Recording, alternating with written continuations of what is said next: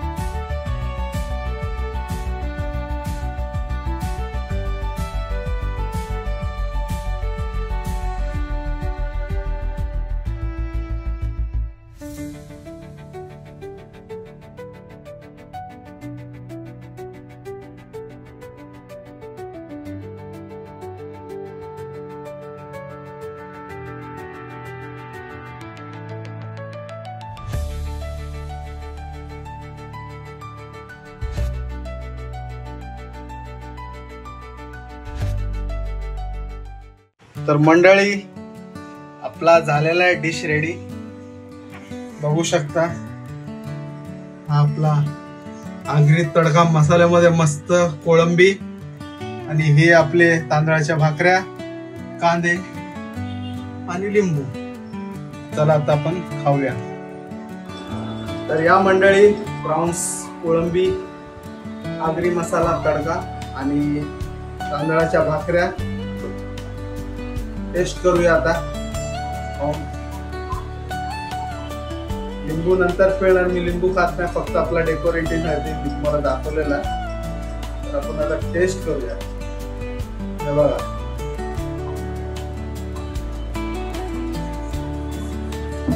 आहा, एकच नंबर। तर अशा प्रकारे बनवा तुमच्या घरी, खावा, एक नंबर लागते। दुसरी गोष्ट बोलतो ना, एक प्लेट बाहेर घ्यायला गेलो 200 ते 250 रुपये घेतात, त्यापेक्षा घरी आणून मस्तपैकी स्वच्छ साफ धुवून आपण बनवू शकतो आणि खायला पण मस्त लागते। आणि तुम्हाला पण माहिती आहे कोळंबी महाग भेटतात। तर चला भेटूया पुढच्या व्हिडिओमध्ये, तोपर्यंत बाय बाय।